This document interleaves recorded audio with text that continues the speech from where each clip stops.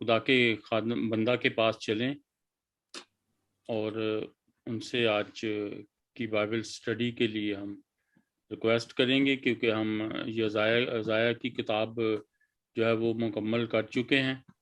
यशायाह हमने पढ़ लिया है और अब आज हम यिर्मयाह को स्टार्ट करने वाले हैं। यिर्मयाह की किताब को आज हमने स्टडी करनी है। तो मैं आप सबकी ज़ोरदार तालियों में खुदा के खादम जनाब पास्टर अदनान गिल साहब को दावत दूंगा कि वो आएँ और आज जो भी खुदावंद ने उनको हम सब के लिए कलाम दिया है वो प्लीज़ हमारे साथ शेयर करेंगे। ज़ोरदार तालियों में जी वेलकम करेंगे। Thank you very much bishop साहब। मेरी तरफ से सबको जैमसी की खुदा सबको बरकत दे। ईसाया की किताब हम जैसे बिशप साहब ने बताया कि ख़त्म कर चुके हैं। अगर ईसाया से रिगार्डिंग कोई भी क्वेश्चन होगा या कोई आपके पास कोई नई सर्च होगी, आप शेयर करना चाहेंगे, तो क्वेश्चन आंसर के सेशन में हम उसको देख लेंगे। आज हम यिर्मयाह पे चलेंगे। यिर्मयाह इज़ माय फेवरेट, मेरा फेवरेट नबी है। वैसे तो नबी सारे ही बहुत अच्छे हैं अपनी अपनी जगह पे। अगर खुदा ने किसी को चुना है तो किसी खास वजह से ही चुना है, किसी खास मौके के लिए ही चुना है। अगर किसी भी नबी को चुना है, नबियों पे भी हम बात करेंगे यिर्मयाह के अंदर ही, क्योंकि यिर्मयाह इटसेल्फ बहुत बड़ा है। यशायाह is called to be a gospel. यशायाह जो है उसको गॉस्पल जरूर कहा जाता है, लेकिन यिर्मयाह जो है उसकी एक खासियत है। कोई बता सकता है कि यिर्मयाह को एक खास लक़ब दिया गया हुआ है, कलीसियाई तौर पे भी और थियोलॉजिकली तौर पे भी उसको एक लक़ब दिया गया हुआ है। कोई बताएगा मुझे? रोने वाला नबी, वीपिंग प्रॉफिट। ये वीपिंग प्रॉफिट है, रोने वाला नबी है। But he gives the an expression के खुदा का प्यार वो दिखाता है कि इंसान के साथ क्या है। यिर्मयाह की किताब में, ईसाया की किताब में हमने जजमेंट देखी है और उम्मीद देखी है। उम्मीद तो हमें पूरी बाइबल में नजर आती है, शुरू से लेके आखिर तक उम्मीद ही नजर आती है, और हमारी रिहाई, हमारी रेस्टोरेशन नजर आती है।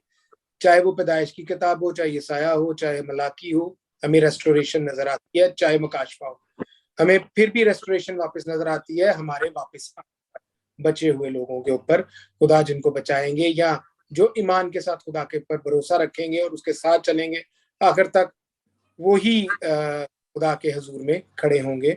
और मुकाशफा 7 बाब के अकॉर्डिंगली वो ही खुदा के हजूर गीत गाएंगे, वही जश्न मनाएंगे, वही सब कुछ करेंगे। सो हम लोग यिर्मयाह को देखेंगे। यिर्मयाह के नाम का मतलब अगर किसी को आइडिया हो तो?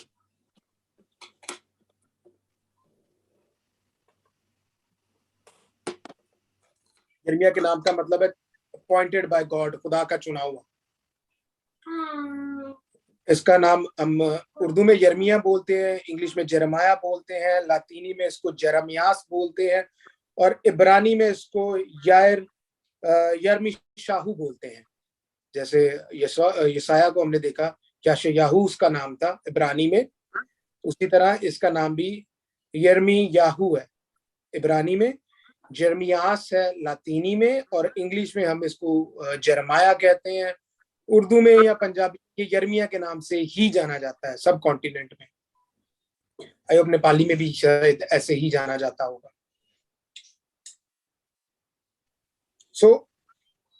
बहुत बड़ा नबी है, छोटा नबी नहीं है।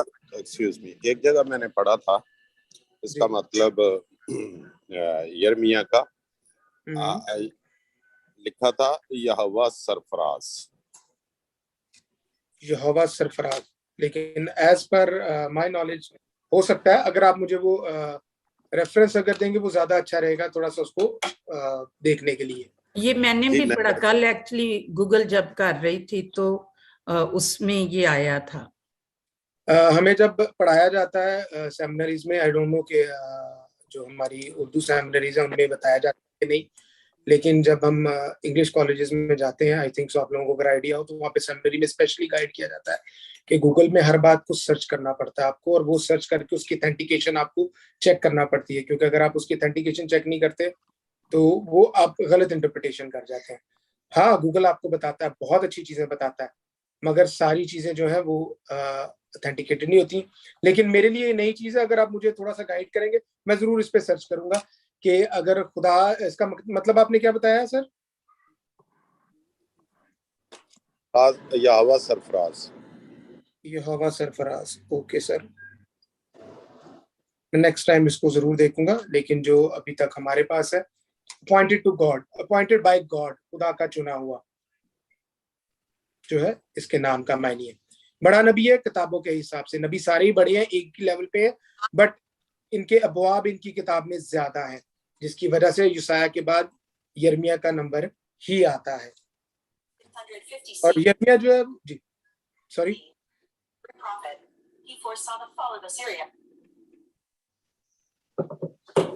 मारिया प्लीज अपना माइक बंद करें। जी सर। सो यिर्मयाह जो है वो जजमेंट भी बताता है, और अनफॉर्चुनेटली उसी के दौर में वो हैकल को जलते हुए और यरूशलेम को टोटली बर्बाद होते भी वो देखता है अपनी आंखों से। यशाया जो है वो जजमेंट सुनाता है, उसके बाद वो बताता है कि एक उम्मीद है, और वो उम्मीद जो है वो दुनिया को बचाएगी।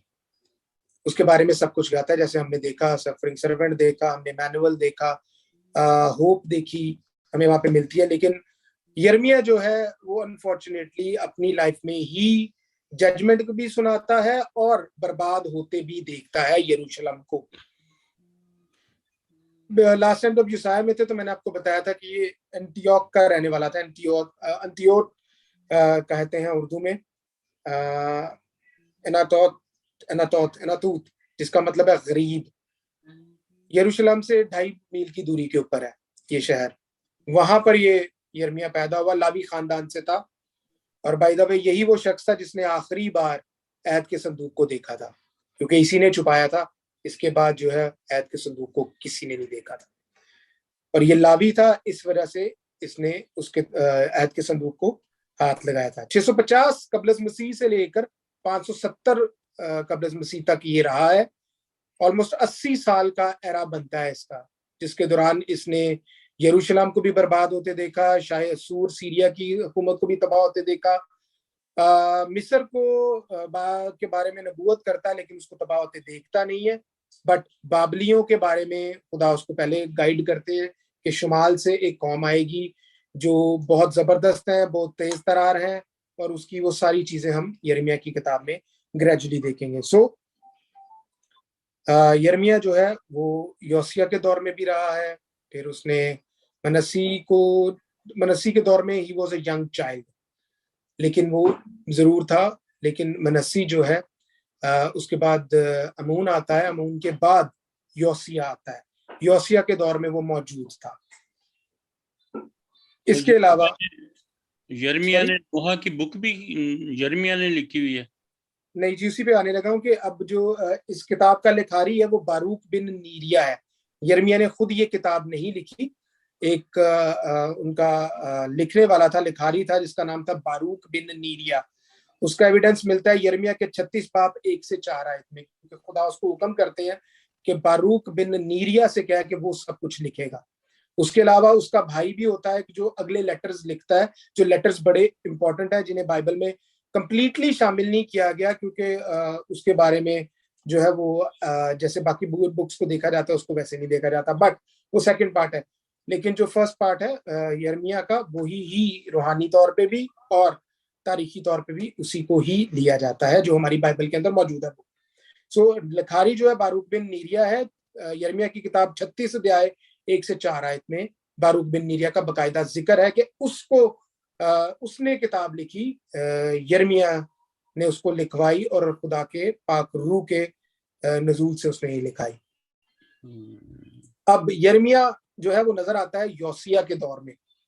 योसिया जो था वो आखज का मनस्सी का पोता था, क्योंकि मनस्सी का बेटा अमून था। अमून ने 2 साल हुकूमत की, लेकिन उसके लोगों ने, इर्द गिर्द के लोगों ने, उसी के करीबी लोगों ने बगावत की और उसको साजिश के तहत कत्ल कर दिया। कत्ल करने के बाद योसिया ने हुकूमत संभाली और दुराने हैकल की तामीर के उन्हें एक किताब मिली। दूसरा सलातीन 22 बाब 14 से 20 में उसका जिक्र मिलता है हमें कि उसको इस्तिश्ना की एक किताब मिली, एक जिल्द मिली। दूसरा तवारीख 34 बाब 22 से 28 आयत में भी इसका जिक्र मिलता है। और आमतौर पे जो गेस किया जाता है, जो हिस्ट्री है, यहूदी हिस्ट्री जो मिशना में हमें मिलती है उसके अकॉर्डिंगली कहा जाता है कि ये इस्तिश्ना की किताब थी, बुक ऑफ लॉ थी जो मिली, और योसिया जो के खुदा से डरता था और इसलिए वो हैकल की तामीर भी करवा रहा था, और उस दौरान ये किताब मिली जब उन्हें, तो उनके दरमियान उस वक्त एक नबिया थी। सॉरी, ये सोच के दिल मेरा जोरों से धड़कता है। निका चुप हो जा। माइक बंद। सो द पॉइंट इज के दूसरा सलातीन 22:14 से 20 में इसका मिलता है। दूसरा इतिहास, दूसरा राजा 22 अध्याय 14 आयत, दूजा इतिहास 34 आयत 22 तो 28 तक मिलता है। उस वक्त में एक नबिया मौजूद थी, उसका नाम था खिल्दा, और बाइबल में तकरीबन हमें 4 नबियां मिलती हैं पुराने अहदनामे में। अगर कोई इजाफी हो, किसी के नॉलेज में हो, तो वो प्लीज शेयर कर सकता है ताकि हम सबके नॉलेज में इजाफा हो सके।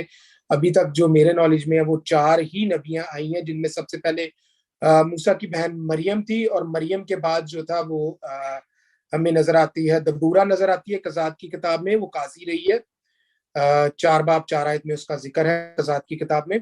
उसके अलावा हमें यसाया की बीवी के बारे में मिलता है कि खुदा कहते हैं कि नबिया के पास जा, वो भी नबिया है। और खल्दा जो है, ये 4 जो है वो हमें नबियां मिलती हैं पुराने अहदनामा में। नए अहदनामा में इतना खास जिक्र नहीं मिलता है नबिया का, ना ही पासबानी एतबार से खवातीन को आगे प्रमोट पौलुस जो है वो नजर नहीं आता करते हुए कि भी वो पासबानी तौर पे कलीसिया को होल्ड कर सकती हैं। सो अगर किसी के नॉलेज में किसके अलावा कोई नबिया हो तो वो शेयर कर सकता है सबके साथ, मेरे साथ भी, मेरे नॉलेज में भी इजाफा होगा।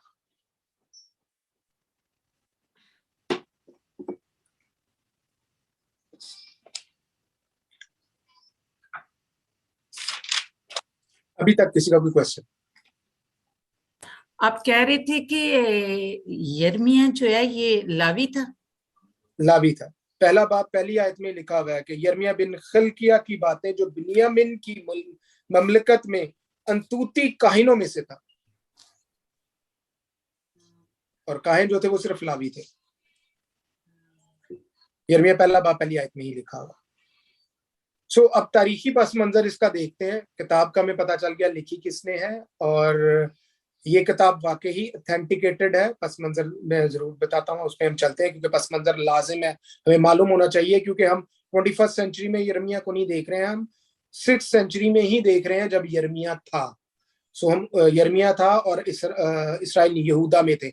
अगर याद हो तो मैंने आप लोगों को बताया हुआ कि इसराइल और यहूदा अलग-अलग मुमलिकत है। सो याद है किसी को?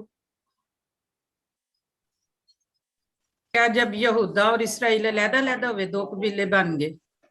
बिल्कुल, दो कबीले अलग थे। बिन्यामीन और यहूदा का कबीला अलग था, या 10 कबीले अलग थे। एग्जैक्टली। और इसराइल अलग से था जिसमें 10 कबीले थे, जिन्हें आप सामरी कहते हैं। बाइबल के अंदर उनको सामरी कहा गया है क्योंकि सामरिया इसराइल का दारुल हुकूमत था, इसलिए उनको सामरी कहा जाता है। और जो यहूदी हैं वो यहूदा के लोग हैं, अब तो सामरी रहे नहीं है, अब तो ये मर्ज्ड है ऑलरेडी। आई डोंट नो कि उनके अगर कबीलों में स्टिल अभी इस चीज का फॉर्मेशन चलता हो तो आई डोंट नो, अभी फिल वक्त मेरा इस पर नॉलेज नहीं है।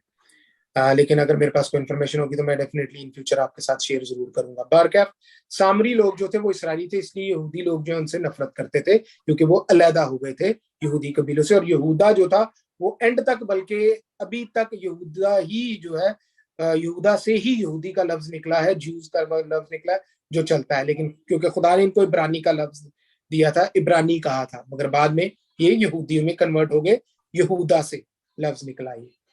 सो बुक ये ऑथेंटिकेटेड है। तारीखी लिहाज से हमें जो इसका एविडेंस मिलता है वो मिलता है डेड सी स्क्रोल्स में से Q4 बोलते हैं, केव नंबर 4, 4 केव, 11 केव दरियाफ्त हुए थे, जिसमें से बाइबल की बहुत सारी जो है सारी किताबें ऑलमोस्ट निकली हैं जिनके एविडेंसेस मिले हैं। बहुत पुराने, हजारों साल पुराने एविडेंसेस मिले हैं। सिर्फ आस्तर की किताब का नहीं मिला जिसपे सर्च चल रही है, बाकी सब के सब जो है वो इन केव्स के अंदर से मिले हैं। यिर्मयाह की किताब जो है वो मिली है, तुम्हार जो मिले हैं उसकी किताब के, वो केव 4 से मिले हैं, जिसको 4 कहा जाता है। इसलिए ये बुक ऑथेंटिकेटेड है, जो बाइबल के अंदर हमें मिलता है। यिर्मयाह की किताब में उन स्क्रोल्स के ऊपर भी यही कुछ मिलता है जो इसके अंदर लिखा हुआ है, इसलिए कोई फर्क नहीं है, वही सेम टू सेम चलता आ रहा है हजारों सालों से जो उस वक्त में था। सो हम खुदा का शुक्र करते हैं कि खुदा अपने कलाम को ऑथेंटिसिटी, और क्योंकि खुदा का कलाम हम कहते हैं और इस दावा भी करते हैं और ईमान भी रखते हैं कि ये खुदा के मुंह का कलाम, सो हम इसके लिए खुदावंद का शुक्र करते हैं।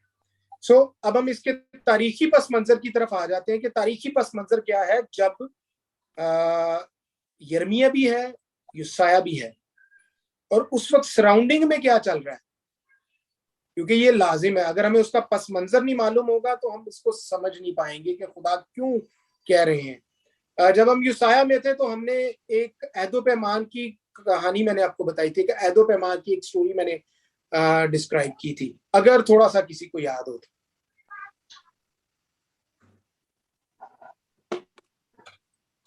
मैं आपको वो शॉर्ट में बता देता हूँ। आई एम सॉरी, हमारे पास आज एक नेबर्स का बच्चा है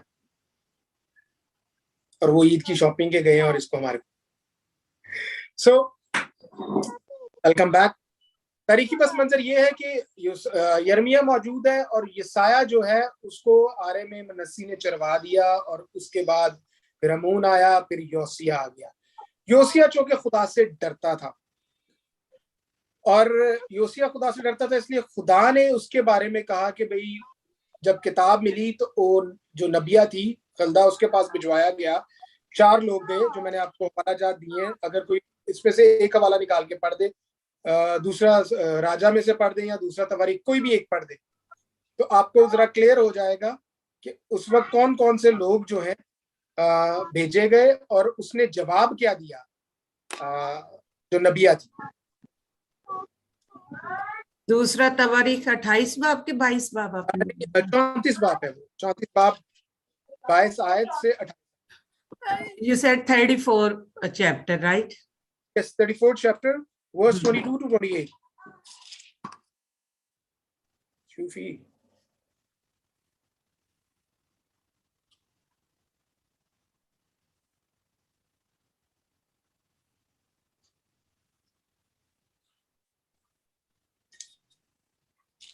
जी मिला किसी को? 34 मैं पढ़ देता हूं। लिखा है दूसरा तवारीख 34 बाब उसकी 22 आयत से, लिखा तब खिलकिया और वो जिनको बादशाह ने हुक्म किया था, बादशाह बाय द वे योसिया था, अगर आप पीछे से पढ़ेंगे तो बादशाह ने हुक्म किया था खिलदा नबिया के पास, जो तोशा खाना के दरोगा सलूम बिन तोहकिहात बिन खसरा की बीवी थी, गए। वो यरूशलेम में मिशना नामी महल्ला में रहती थी।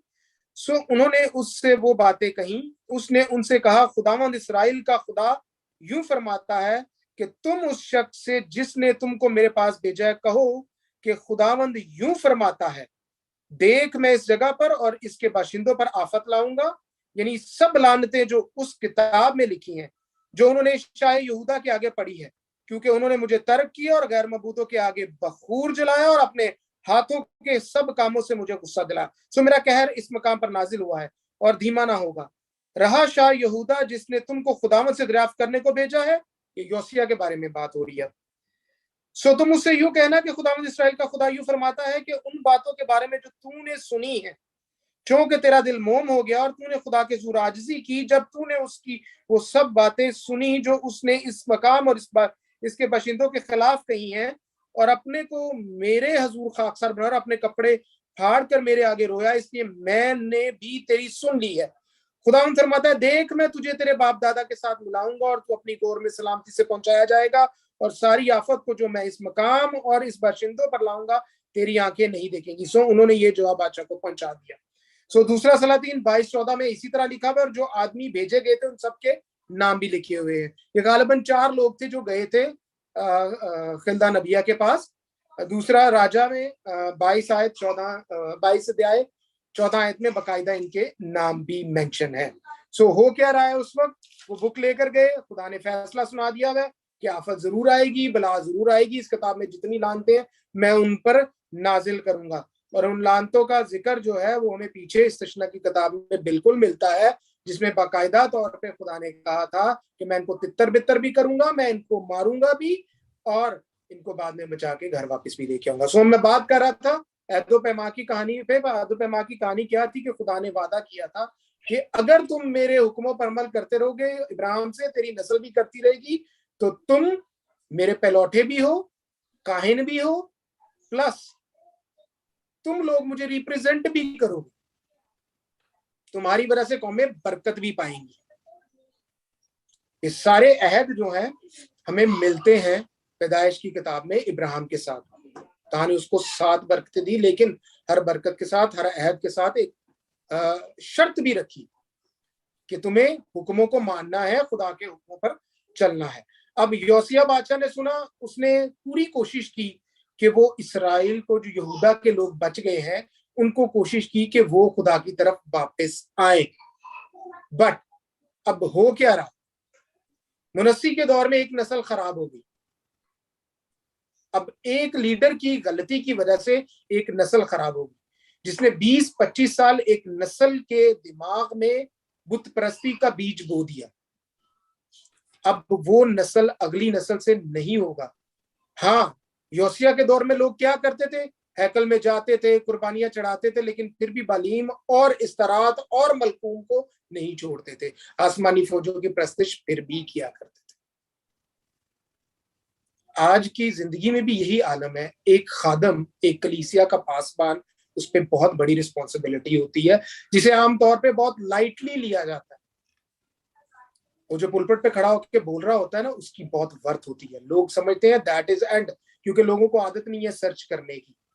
वो कहते हैं पादी साहब ने पढ़ लिया, पादी साहब बोल रहे ने, पादी साहब सुना देता है, ये हुई गल है बस। जो उन्होंने कहता ठीक कहता जी। लोग खुद भी सीखने के लिए तैयार नहीं है। टिकटॉक पे 2 घंटे देने के लिए तैयार है, 3 घंटे देने के लिए तैयार है। वैसे मैं भी टिकटॉक यूज करता हूँ, लेकिन कभी कभी जी तो मैं अपना दिमाग फ्रेश करना हो, लेकिन जब भी जाता हूँ घंटे का पता नहीं चलता।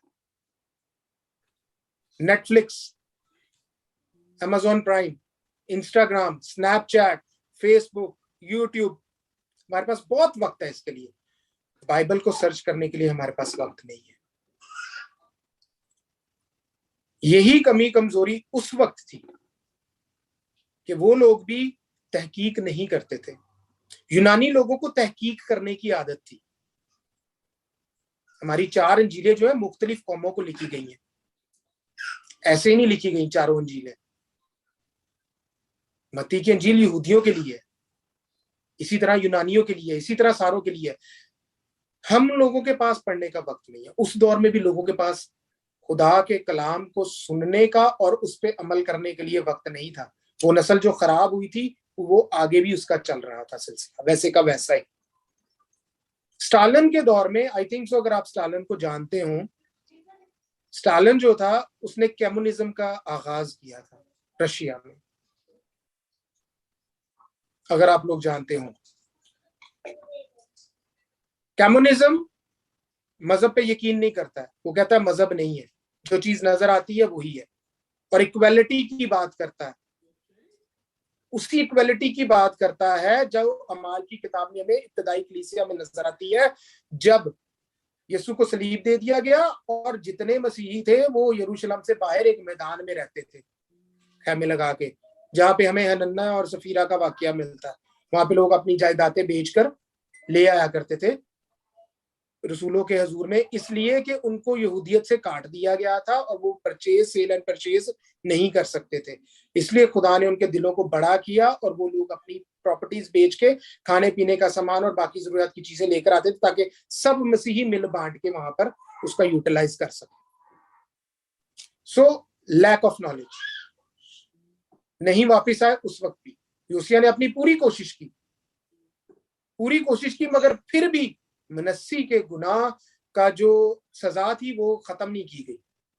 मनस्सी ने अपनी सजा माफ करवा ली खाकसार बन के। योसिया ने भी एक गलती की, खुदा ने उसे कहा कि तो अपनी गौर में सही तरह जाए। खैर उसके दौर में वो लानतें नहीं आई। अब हो क्या रहा है, योसिया बादशाह है, वो खुदा के लिए सारी चीजें कर रहा है जो अकॉर्डिंगली होनी चाहिए। उसके बारे में लिखा है कि उसने वैसा ही किया जैसे दाऊद ने किया था। दाऊद के बाद उसके बारे में कहा जाता है। अब हो क्या रहा है कि उस वक्त असूरी हुकूमत जो है वो टूट रही है, मिस्री जो है वो जंग के लिए तैयार हैं। किसके साथ? बाबल के साथ, दमिश्क के साथ। शाह असूर आखिरी जो बादशाह था उसका नाम था बनी पॉल, नैनवा उसका दारुल हुकूमत था। असूरी एक जगह हो गए, मिस्री फराउन निकवा उसका नाम था उस दौर में जब यर्मिया था। निकवा इस तरफ है, उधर से असूरी है। अब योसिया के दिल में भी है कि मैं उस इलाके को फतह करूं जिसके लिए असूरी भी भाग रहे हैं और मिस्री भी भाग रहे हैं, और तीसरा एक और फरीक भी आ गया बीच में, और वो है बाबल। नबूकदनेस्सर का बाप निबूपलासर उसका नाम था। और नबूकदनेस्सर जो था वो उस वक्त जब वो उस इलाके को फतह करने के लिए, लड़ाई करने के लिए गया है, और वो अकेला है। दूसरी तरफ निकवा है, योसिया है और शाह असूर, तीनों हैं। 3 आर्मीज है जो नबूकदनेस्सर का मुकाबला करने के लिए आ रही है। और नबूकदनेस्सर उस वक्त क्राउन प्रिंस था, यानी उसका बाप बादशाह था, और उसके बाप के जाने के बाद नबूकदनेस्सर ने बादशाह बना था। अब वो इलाका कौन सा था? इलाका था उसका नाम था क्रिकमस। क्रिकमस का इलाका था जहां पे ये सारी जंग, सारा माजरा हुआ। दूसरी तवारीख 35 बाब 20 से 27 आयत में ये सारा कुछ लिखा हुआ है। यानी दूसरा इतिहास 35 अध्याय 20 से 27 में, दूसरा सलातीन दूसरा राजा 23 बाब 29 से 34 आयत में ये सारे वाकयात लिखे हुए। क्रिकमस का इलाका जरूरी क्यों था? ये दरिया फरात एक ऐसा दरिया है जो इराक को, बाबुल को, यानी इराक को 2 हिस्सों में तकसीम करता है। उसके दरमियान इलाका है क्रिकमस का, और ये समंदरी इलाका है। यहाँ पर पोर्ट है, यहाँ पे तजारत बहुत होती है और इकोनॉमिकली बड़ा स्ट्रॉन्ग है। और जिस किसी के पास ये इलाका गया वो इकोनॉमिकली ना सिर्फ रिच होगा बल्कि पावरफुल भी हो जाएगा। अब फराउन निकवा वो भी अपनी आर्मी लेके निकला, और उधर से शाह असूर भी निकला है। शाह असूर जो है उसका डाउनफॉल चल रहा है। उसका डाउनफॉल क्यों चल रहा है? क्योंकि नबूकदनेस्सर को खुदा ने खुद उठाया। यशायाह की किताब में मिलता है कि शमाल से कुछ लोग आएंगे, घोड़े की तरह तेज, उकाब की तरह, चील की तरह उनकी फुर्ती है, वो शमाल से आएंगे। शमाल के बारे में मैंने आपको बताया था कि कनानाइट्स जो हैं या जितने भी बुत परस्त कौम थी उस दौर की, वो शमाल को लेती थी कि भी सारे जो देवता, देवी देवता जो है वो शमाल में इकट्ठे होते हैं, इसलिए शमाल इंपॉर्टेंट है। तो यिर्मयाह ने भी यही किया। हम यिर्मयाह के बारे में देखेंगे, आगे चल के पढ़ेंगे जब वो बताएगा कि शमाल से कौन आएगा और कैसे आएगा और किस तरह आएगा। बाय द वे नबूकदनेस्सर और यिर्मयाह एक दूसरे को नाम से जानते थे, कभी मिले नहीं थे, और यिर्मयाह कभी भी नबूकदनेस्सर से नहीं मिला था। हत्ता कि नबूकदनेस्सर की ख्वाहिश थी कि वो यिर्मयाह से मिले, लेकिन नहीं मिल सका। सो क्रिकमस का इलाका इसलिए इंपॉर्टेंट था। तीनों फौजें निकल आई। अब योसिया ने, फराउन जब निकला है तो उसने उसके साथ कहा कि तू मेरे साथ मुकाबला कर। ये बाकायदा दूसरा तवारीख जो मैंने आपको बताया 35 बाब, सारा कुछ इसमें लिखा हुआ है। आप थॉरली उसको पढ़ सकते हैं। मैं आपको बता रहा हूं शॉर्ट करके। लेकिन निकवा कहता है मुझे तेरे खुदा की तरफ से हुक्म नहीं है कि मैं तेरे साथ लड़ूं, और मैं तेरे साथ नहीं लड़ूंगा। चला जाता है, बाईपास कर देता है उसको। हालांकि योसिया उससे लड़ने आता है, वो कहता है मैंने लड़ना ही नहीं है तेरे साथ। अब योसिया क्या करता है? योसिया भेष बदलकर जंग में चला जाता है असूरियों की मदद करने के लिए। जब वो जंग में जाता है असूरियों की मदद करने के लिए, और होता क्या है कि वो भेष बदल के जाता है, बादशाह के भेष में नहीं जाता ताकि मैं पकड़ा ना जाऊं। और कोई तीर खींचता है, बाइबल में ऐसे लिखा है, कोई तीर खींचता है और सीधा योसिया को लगते हैं। योसिया को जख्मी हालत में जंग के मैदान से वापस यरूशलेम लाया जाता है, लेकिन वो रास्ते में आते आते दम तोड़ देता है, मर जाता है, उसको दफन कर दिया जाता है। उसके बाद उसका बेटा आता है, यहोआखिज उसका नाम होता है। थोड़ी देर ही हुकूमत करता है वो। लेकिन होता क्या है कि नबूकदनेस्सर दुराने जंग, उसको मैसेज मिलता है कि उसका बाप मर गया है। वो अपने सिपा सलार को छोड़ता है और खुद बाबुल वापस चला जाता है तख्त संभालने के लिए। उसकी आर्मी मिस्रियों को भगाती है, मिस्रियों को उनके मुल्क तक मारती है, सरहद तक मारती है और वापस आ जाती है, और वो असूरियों पे हमला करके असूरियों को खत्म कर देते हैं, उनकी हुकूमत टोटली खत्म कर देते हैं। असूर और सीरिया साथ साथ थे, मैं आपको बताता चलूं, असूर और सीरिया साथ साथ थे, जो आज टोटल सीरिया है, जिसको हम शाम का नाम देते हैं, मुल्के शाम, सीरिया आज भी वो वही है। जैसे इसराइल वही है, फलस्तीन भी वही जगह है, वो भी वही जगह ही है। सो अब नबूकदनेस्सर की आर्मी विन करती है। नबूकदनेस्सर जितनी देर में तख्त संभालता है उतनी देर में वो शाह असूर की हुकूमत भी खत्म कर देते हैं। निकवा वापस आ जाता है। निकवा क्या करता है, वो दोबारा चढ़ाई कर देता है इसराइल पे, क्योंकि योसिया पे उसको गुस्सा होता है। तो योसिया को मर गया होता है, वो यहू आखज को उतारता है और उसकी जगह उसके भाई को बादशाह बना देता है, जिसका नाम यहू एलियाकिम है, और उसके नाम को बदल के वो यहू याकीम रख देता है। हमें दानियल की किताब उसके पहले बाब पहली आयत में भी मिलता है, बादशाह यहू याकीम के दौर में उसे निकवा बादशाह बनाता है और यहू आखज को असीर करके ले जाता है, और यहू आखज जो है वो मिस्र में ही मरता है। सो मिस्र जो है वो कॉर्नर्ड हो जाता है और लगान लगा देता है यहूदा के ऊपर। असूर की हुकूमत खत्म, नबूकदनेस्सर उनको असीर कर लेता है, खत्म कर देता है हुकूमत को, और नैनवा को ले लेता है, क्योंकि असूरी हुकूमत का जो दारुल हुकूमत था वो नैनवा था, जिसको वो 612 ईस्वी में ले लेता है, कब्ल मसीह में ले लेता है। सो ये पस मंजर होता है। अब असूरी हुकूमत खत्म, अब सिर्फ मिस्र है और नबूकदनेस्सर है। नबूकदनेस्सर जैसे ही चार्ज संभालता है, चार्ज संभालने के बाद वो अपनी जो सल्तनत है उसको एक्सपेंड करता है, और खुदा उसको खुद बरकत देते हैं। हम आगे चल के अगले लेक्चर में देखेंगे कि खुदा उसको यहां तक कहते हैं वो मेरा खिदमत गुजार है, वो मेरा खिदमत गुजार है, उसके बारे में खुदा ये कहते हैं, और उसके साथ ख्वाब में बाकायदा बात करते हैं, जो दानियल नबी की किताब में बड़ी मशहूर और मारूफ तफसील मौजूद है इसकी। सो दूसरा सलातीन 23 बाब 34 आयत में ये सारा कुछ लिखा हुआ है। 34 आयत में लिखा हुआ है कि एलियाकिम को बादशाह बनाया जाता है, जो यहू आखज का भाई होता है, छोटा भाई होता है, उसको बादशाह बना के यहू याकीम उसका नाम कर रख दिया जाता है। और यहू याकीम जो है उसको भी बड़ी बुरी तरह मारा जाता है, क्योंकि वो भी अगेंस्ट चलता है। यिर्मयाह उसके बताता है कि तुमने ये नहीं करना है, बगावत नहीं करनी, लेकिन वो करता है और फिर मारा जाता है। उसको भी हम आगे चल के देखेंगे। सो ये पस मंजर है उस वक्त का। अब हमारे पास सिर्फ कौन है, इसराइल, नबूकदनेस्सर और मिस्र, तीन है। पहले चार थे, अब तीन है। असूर खत्म हो गया, नबूकदनेस्सर ने ले लिया उनको, चार संभाल लिया, असीरी कर दी है। इनफैक्ट नबूकदनेस्सर उस वक्त सारी दुनिया पे हुकूमत कर रहा था। अब हम देखते हैं कि क्या यिर्मयाह वाकई ही नबी था, क्या उसकी कोई बुलाहट थी। एक आम ख्याल है, बाइबल में बाकायदा उसकी बुलाहट के बारे में लिखा हुआ है। पहले बाब की 2 से 3 आयत में बाकायदा उसके लिखा हुआ। अगर किसी के पास यिर्मयाह की किताब खुली है, उसकी 2 से 3 आयत अगर पहली से ही पढ़ते तो ज्यादा बेहतर है। 1, 2, 3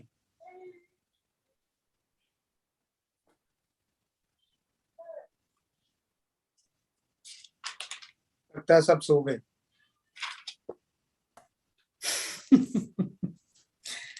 पहला बाब 2 से 3 आपने कहा 2 आयत पढ़नी है, दीजिए, that would be much better.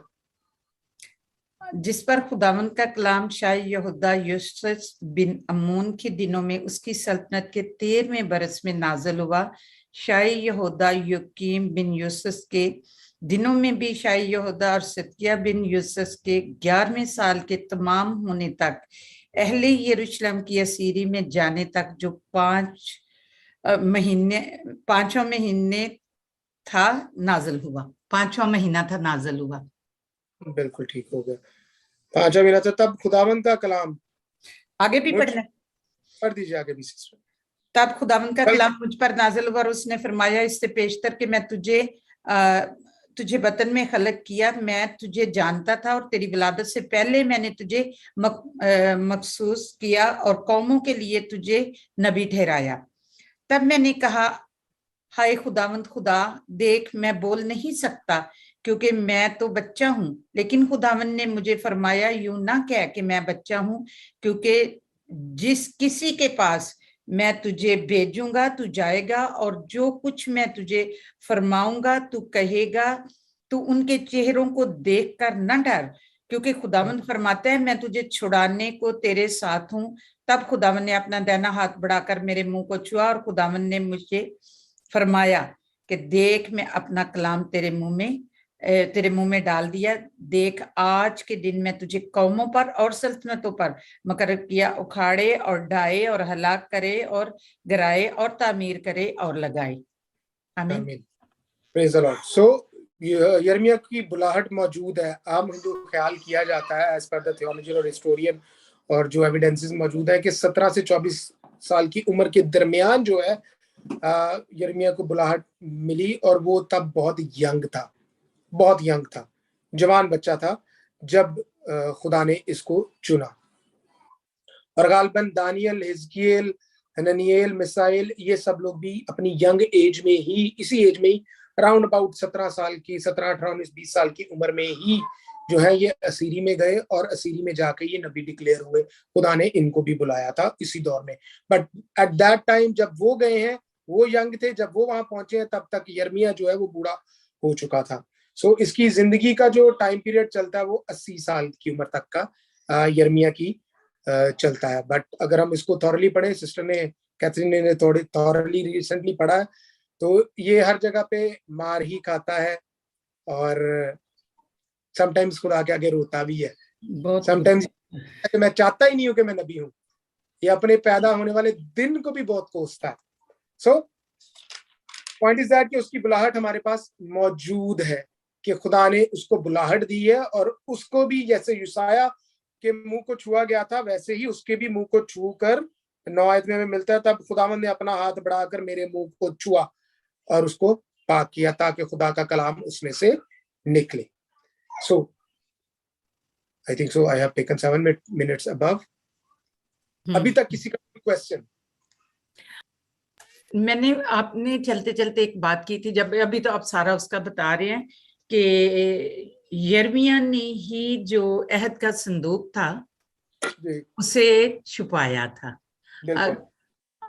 ये मैंने पहले भी सुना है, लेकिन ये कहीं पे लिखा हुआ भी ऐसे मतलब यिर्मयाह की बुक में या पीछे बाइबल में कहीं ये लिखा हुआ है या इशारतन नहीं है? नहीं, इसको हम कवर करेंगे। चलिए ठीक है, थैंक यू। Anybody else? अगर किसी का कोई क्वेश्चन टिल नाउ? मैं एक बात कहता हूँ, यहाँ तो समझ आ गई है, यहाँ बिल्कुल समझ नहीं आई। इतना आपने बायोडेटा बताया कि दोबारा सुनना पड़ेगा। मुझे मतलब भी ये जैसे आप बता रहे थे, मैं ट्राई तो कर रही थी, लेकिन आई डोंट थिंक कि मैं मतलब पहुंच पाई होंगी किसी भी बात तक। तो दोबारा सुनेंगे फिर, यही कह सकते।